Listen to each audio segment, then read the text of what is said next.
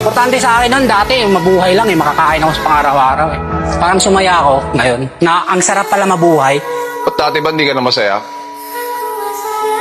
Di ako masaya, bossing. Di ako masaya dati kasi ang ano ng buhay ko, anak ko di ko makita. Sa ibang tao yun nangyari. Anak mo di mo makikita habang lumalaki. Puta, napakasakit nun. Sinong magkakaalam makapunta ako rito? Parang ang saya ko lang din ngayon. Kung lalayuan mo pa yung tingin mo, ano na yung pangarap mo talaga bukod sa magtrabaho?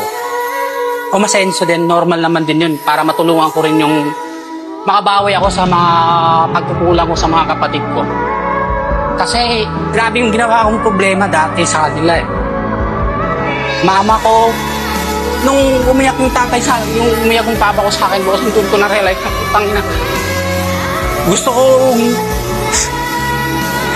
magkaroon ng direction ng buhay ko kasi magiging tatay ko sa akin Makabawi lang ako sa inyo, pa. Kahit alam yun na lang yung gift ko sa inyo, yung magbago ako. Makabawi man lang ako sa inyo.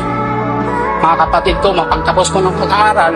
Career? Punta career. Gusto mo career lang? Career, happiness, health. Money, kahit di na? Oo, basta may tatlo ako, okay na ako, boss. Ilagay mo dyan yung mga ano mo, mga bagay na gusto mo nang iwan. Bossing, salamat ako. Dati gusto ko lang mabuhay kahit di na ako maging masaya. Ngayon, na-realize ko, masaya pala mabuhay.